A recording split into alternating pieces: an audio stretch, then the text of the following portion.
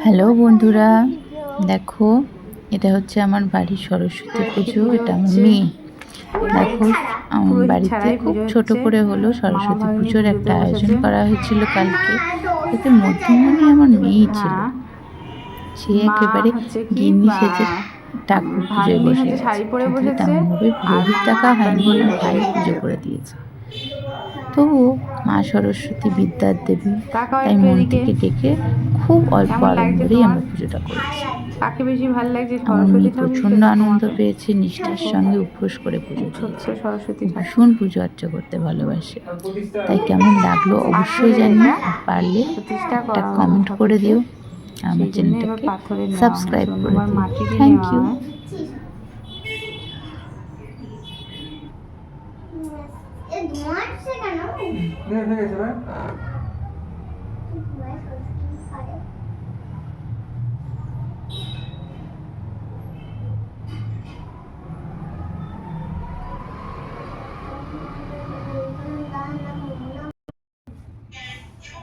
শিল্পকলার জননী তথা জন্মদাত্রী হলেন দেবী সরস্বতী।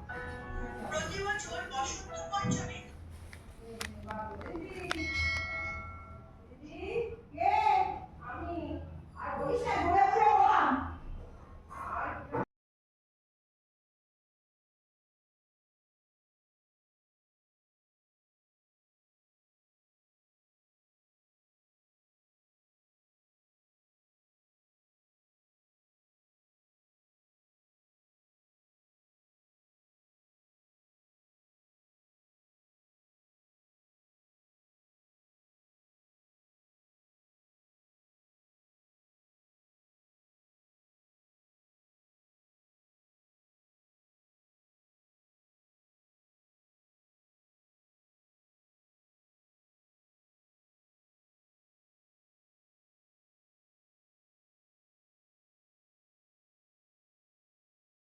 তো এখন হচ্ছে আমার মামা হয়েছে, এখন পুরুত মশাই আসেনি, তাই জন্য আমার মামার ভাগ্নি আমি আছে, আমি ভিডিও করছি।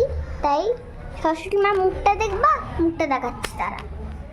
এই দেখি মুখটা তো এখন দূরে আছে, তো একটু দেখতে পাচ্ছেন না, একটু ভালো করে একটু দেখতে পাচ্ছেন, একটু স্ক্রিনটা দেখেন।